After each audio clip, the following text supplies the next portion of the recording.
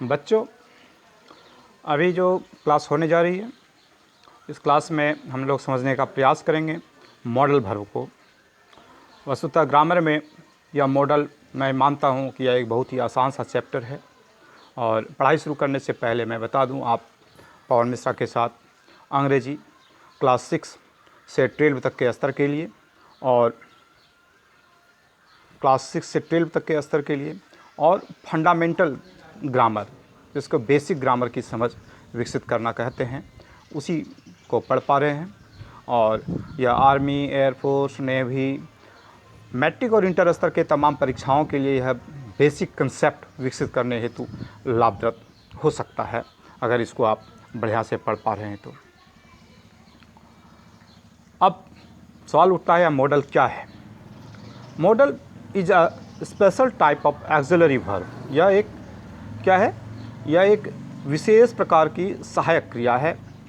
अब और इनका यूज़ जो होता है, यह सामान्यतः हर एक अवस्थाओं में यह व्यवहार किया जाता है ठीक वर्ब के मुख्य क्रिया के जस्ट पहले।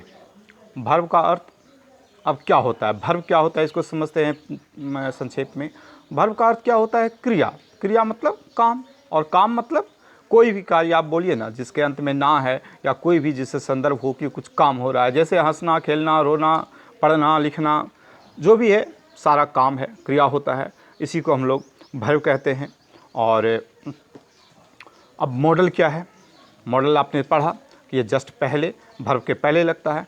तो एक वाक्य है, आई फिनिश द वर्क, मैं काम फिनिश करता हूँ। और इसके बाद अगर मॉडल यूज़ करेंगे इसमें तो क्या होगा? I must finish the work, मैं काम को निश्चित समाप्त करता हूँ। यहाँ मस्ट का प्रयोग मॉडल के रूप में किया गया है, जो कार्य के निश्चित रूप से समाप्त कराने का बोध करा रहा है। चलिए, आपके सिलेबस यानी 9वां और 10वां के झारखंड एकेडमिक काउंसिल के जो सिलेबस हैं, उनमें जो चर्चा है can, could, may, ought, need, shall, should, must, has to, have to, had to, इनका चर्चा है मॉडल के रूप में, और इन्हीं से सामान्यतः प्रश्न पूछे जाते हैं। अब इस पर हम लोग चर्चा करते हैं बारी बारी से। ये सभी कुछ मॉडल्स हैं जिनका हम लोग प्रयोग समझने जा रहे हैं, और यह अपेक्षित है कि आप समझें इसको और परीक्षा में इसका हल बना पाएँ। कैन का प्रयोग अब कैसे होता है? कैन का प्रयोग क्षमता, जहाँ क्षमता का बोध कराना हो वहाँ कैन का प्रयोग करते हैं। जैसे आई कैन स्पीक इंग्लिश, मैं इंग्लिश बोल सकता हूँ। सहमति, सहमति के संदर्भ में। नाउ यू कैन गो, जाओ, तुम जा सकते हो, अब तुम जा सकते हो। संभावना यानी प्रोबेबिलिटी के संदर्भ में। एनीबडी कैन मेक मिस्टेक, कोई भी आदमी यह गलती कर सकता है। ये हुए कुछ कैन का प्रयोग। अब कुड का प्रयोग देखते हैं। वस्तुतः प्रेजेंट टेंस में जहाँ जहाँ कैन का प्रयोग होता है, वहीं पास्ट टेंस में हम कुड लगाते हैं। यानी क्या अर्थ हुआ? कैन का पास्ट टेंस कुड होता है। जैसे मोहन कैन डू दिस, या Mohan could do this, Mohan काम कर सकता है, मोहन काम कर सकता था। कंडीशनल सेंटेंस में संभावना को व्यक्त करने के लिए कुड का प्रयोग होता है। जैसे Sita could succeed if she लेबर्ड hard, Sita सफलता प्राप्त कर सकती थी अगर वो कठिन मेहनत करती। अनुरोध और निवेदन, अनुरोध और निवेदन करने में अनुमति मांगने के संदर्भ में भी कुड का प्रयोग होता है। Could I see your diary, क्या मैं तुम्हारा डायरी देख सकता हूँ। Could we go to temple, क्या हम लोग मंदिर जा सकते हैं। मे का प्रयोग। अब मे के प्रयोग के लिए हम लोग देखते हैं, यह बहुत ही महत्वपूर्ण मॉडल्स है और इससे प्रश्न बराबर रहते हैं प्रतियोगी परीक्षाओं में भी, 9वां 10वां की भी परीक्षाओं में। अनुमति, सहमति, विनम्रता के संदर्भ में इनका प्रयोग होता है। मे आई कम इन सर, संतोष में गो टू प्ले, स्टूडेंट्स में गो टू प्ले, विद्यार्थी खेलने के लिए जा सकता है। मे आई हेल्प यू, क्या मैं आपकी मदद कर सकता हूँ। अधिक विनम्रता के लिए माइट का भी प्रयोग करते हैं, और यह माइट शब्द क्या है? मे का ही पास्ट रूप है। Might I have your pen, क्या मैं आपका पेन में ले सकता हूँ। तो यहाँ मे और माइट के प्रयोग को हम लोगों ने कुछ समझा, और संभावना या प्रोबेबिलिटी जहाँ वाक्य में देना हो, लिखना हो के संदर्भ में हम लोग इनका प्रयोग करते हैं। जैसे may be he is right, वह सही भी हो सकता है। This news may be true, यह न्यूज़ सही भी हो सकता है। इच्छा आशीर्वाद के अभिव्यक्ति के संदर्भ में भी मे का प्रयोग होता है। मे यू लिव लॉन्ग, तुम बहुत लंबी आयु को जियो। मे यू सक्सीड, तुम सफलता को प्राप्त करो। अब ये रहे मे के कुछ प्रयोग। अब हम लोग चलते हैं आउट टू का प्रयोग समझने के लिए। आउट टू का अर्थ क्या होता है इसको समझते हैं पहले। आउट टू का अर्थ होता है चाहिए, जो आपसे अपेक्षा हो रहा है, जिस संदर्भ में अपेक्षा है, जो आपको करना चाहिए, वहाँ हम लोग आउट टू का प्रयोग करते हैं। इसका प्रयोग चाहिए के अर्थ में होता है। शुड के स्थान पर भी इसका प्रयोग होता है। शुड और आउट टू का लगभग सेम अर्थ होता है। प्रबल संभावना के लिए भी आउट टू का प्रयोग करते हैं, करना चाहिए या अपेक्षित कार्य के संदर्भ में, कर्तव्य के संदर्भ में। We ought to love our country, हमें अपने देश को प्यार करना चाहिए। Parents ought to have paid the due, अभिभावकों को ड्यू, जो स्कूल का ड्यू है, वो पे करना चाहिए।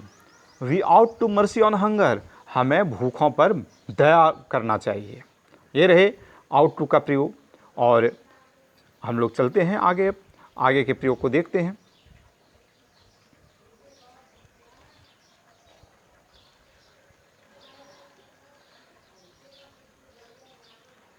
आगे शैल का प्रयोग। शैल का प्रयोग, शैल का कार्य जब आने वाले समय में बोध हो। एक सेकेंड, हाँ, शैल का प्रयोग कार्य का जब आने वाले समय में बोध हो, मतलब जब ये फ्यूचर टेंस में हो, निकट भविष्य में होने वाला हो, भविष्य में यह काम संपन्न होगा, ऐसा जब स्पष्ट हो रहा हो, तब हम शैल का प्रयोग करते हैं। शैल के बाद वर्ब का मूल रूप लगता है।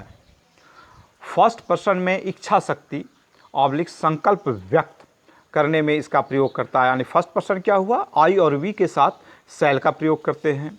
और शैल से कमांड, आदेश का भी बोध करता है। जब कमांड देना हो, जब आदेश देना हो किसी को, तो वहाँ भी शैल का प्रयोग करते हैं। वी शैल गो देयर, हम लोगों को वहाँ जाना होगा। आई शैल राइट ए लेटर, मैं एक पत्र लिखूँगा। वी शैल फाइट, हम लोग लड़ेंगे। यहाँ मजबूत इच्छा शक्ति स्पष्ट हो रहा है। You shall go at once, तुम इमीडिएट यहाँ से चले जाओगे। स्पष्ट है, आप इसका कालांतर में प्रयोग करेंगे, आप इसको समझ लें। जिस भी विद्यार्थी को समझने में दिक्कत हो रहा हो, वो हमसे डायरेक्ट व्हाट्सएप नंबर पर कंसल्ट कर सकते हैं। इस वीडियो को बार बार देखिए, आपको बहुत कुछ समझ में आएगा। जहाँ जहाँ समझ में नहीं आता है आप लिखिए और इसको भेजिए हमारे पास, मैं फिर से समाधान करूँगा। इससे रिलेटेड ग्रामर का टेक्स्ट पढ़िए और वहाँ से समझने का प्रयास कीजिए और फिर अभ्यास बनाइए, क्वेश्चन बैंक बनाइए, देखिए आपका समाधान हो रहा है कि नहीं। अब शुड का प्रयोग। शुड का प्रयोग कहाँ होता है, नैतिक कर्तव्यों का बोध कराने के लिए, यानी मोरल वैल्यू के लिए। We should keep our promise, हमें अपने वचन का पालन करना चाहिए। We should love our nation, हमें अपने देश को प्यार करना चाहिए। सलाह देने के संदर्भ में भी इसका प्रयोग होता है। You should not be dishonest, you should not be dishonest, तुम्हें बेईमान नहीं होना चाहिए। यानी आप सलाह दे रहा है किसी को, आपको बेईमान नहीं होना चाहिए, बेईमानी नहीं करनी चाहिए। वी शुड बिहेव प्रॉपर्ली, तुमको बढ़िया बिहेव करना चाहिए, जो अपेक्षित है वैसा बिहेव करना चाहिए। कंडीशनल सेंटेंस में अन्यथा लिस्ट के बाद भी शुड का प्रयोग होता है। जैसे run fast, लेस्ट you should miss the train, जल्दी दौड़ो अन्यथा तुम्हारा ट्रेन छूट जाएगा। यहाँ भी शुड का प्रयोग आप सीख पा रहे हैं। भविष्य के विषय में निर्देश देने के लिए भी शुड का प्रयोग होता है। Student should not be absent tomorrow, विद्यार्थी को कल एब्सेंट नहीं होना होगा। All staff should be present in the parade, प्रत्येक स्टाफ को कल पैरेड में प्रेजेंट होना होगा। यहाँ भविष्य के निर्देश के लिए प्रयोग हुआ है। अब मस्ट का प्रयोग, ये भी बहुत महत्वपूर्ण मॉडल हैं और इनका प्रयोग परीक्षा में पूछा जाता है। प्रबल संभावना बताने के लिए student must follow the norms, it must rain today, student must follow the norms, विद्यार्थी को निश्चित रूप से नियम का पालन करना चाहिए। इट मस्ट रेन टुडे, आज निश्चित रूप से वर्षा होगी, यहाँ प्रबल संभावना बताया गया है। कठोर आदेश, पक्का इरादा, सलाह के संदर्भ में इसका प्रयोग होता है। All workers must be on duty, प्रत्येक वर्कर्स अपने काम में रहें। आई मस्ट सपोर्ट यू, मैं तुम्हें निश्चित रूप से समर्थन करूँगा।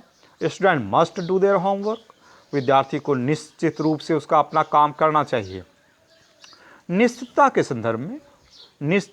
संदर्भ में my father must come tomorrow, मेरे पिताजी निश्चित रूप से कल आ रहे हैं। I must finish the work, मैं निश्चित रूप से अपना काम समाप्त करूँगा।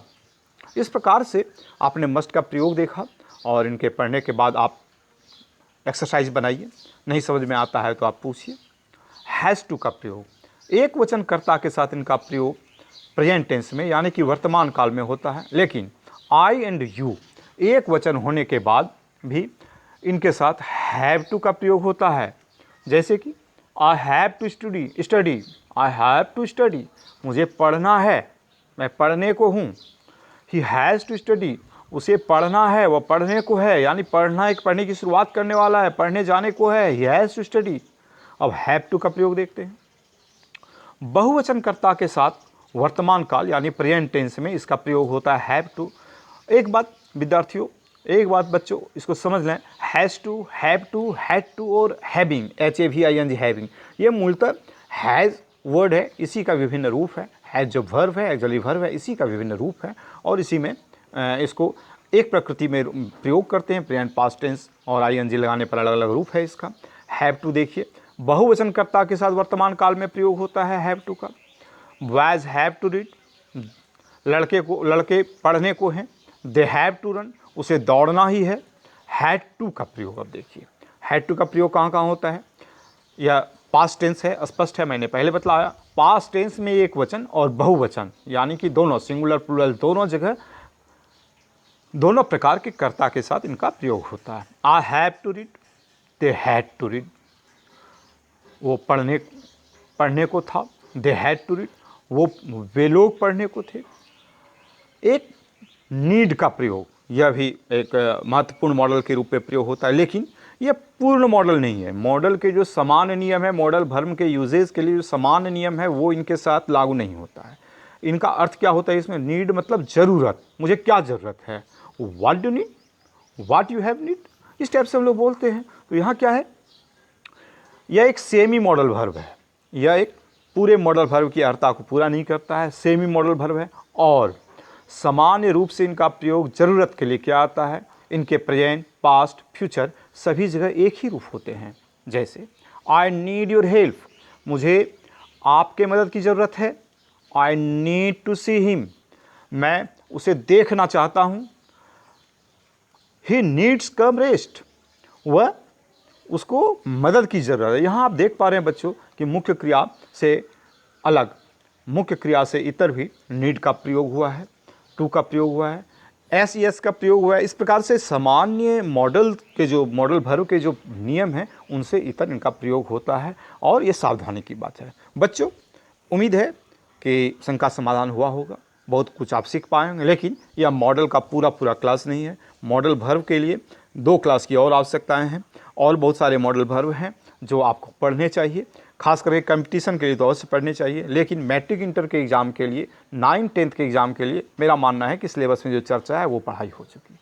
अब आप इनको देखें तो कहाँ देखें, आपके पास जो भी ग्रामर पुस्तक है आप उनसे मॉडल सेपरेट चैप्टर में नहीं है तो भर्व के चैप्टर में मॉडल भर्व होगा, आप उनको पढ़ करके समझने का प्रयास कीजिए। 2-3 बार लगातार वीडियो देखिए, इसके बाद उनके एक्सरसाइज को बनाइए और जो समझ में नहीं होता है वो आप हमसे डायरेक्ट हमारे नंबर पर कंसल्ट कीजिए। मुझे उम्मीद है आपको सफलता मिलेगी, आप अच्छे ढंग से इसको समझ पाएंगे। अगर नहीं समझ पा रहे हैं तो फिर से मैं समझाने का प्रयास करूँगा और अगर बढ़िया फीडबैक मिलता है, आपको पसंद आता है, क्लास या फलदायी होता है तो पुनः नया वीडियो इंग्लिश क्लास के रूप में मैं आपके पास भेजूँगा। बहुत बहुत धन्यवाद, आपका दिन शुभ हो। और एक बात, इनसे रिलेटेड कुछ जो एक्सरसाइज है वो भी मैं यहाँ रखना चाह रहा हूँ। मैं अगर टेक्निकली इनको निकाल पा रहा हूँ तो मैं देखता हूँ, मैं खोजने का प्रयास कर रहा हूँ, इसी जगह कहीं है वो।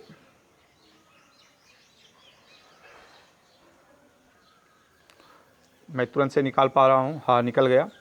आप इसको देखने का प्रयास करें। देखिए, इसका स्क्रीनशॉट ले लिया जाए, इसका स्क्रीनशॉट ले लिया जाए और इसको बनाने का प्रयास कीजिए आप। ये मैट्रिक और इंटर 9th को खास करके सिलेबस को ध्यान में रख करके यह क्वेश्चन सेट किया गया था और किसी ग्रामर पुस्तक मुझे मिला था, मैंने वहाँ से लिया है। आप इसको बनाने का प्रयास कीजिए और देखिए यहाँ क्या क्या समस्याएं आती हैं। जिस विद्यार्थी को हेल्प चाहिए आप मेरे व्हाट्सएप नंबर पर डायरेक्ट इसको बना करके मैसेज भेजिए, मैं उनका वो समाधान करने का प्रयास करता हूँ, आपके हर शंका का समाधान करने का प्रयास करता हूँ। बहुत बहुत धन्यवाद। आपका दिन शुभ हो, आपके लिए मंगल कामनाएं करता हूँ। आप बढ़िया से पढ़ा लिखें, तंदुरुस्त रहें। धन्यवाद।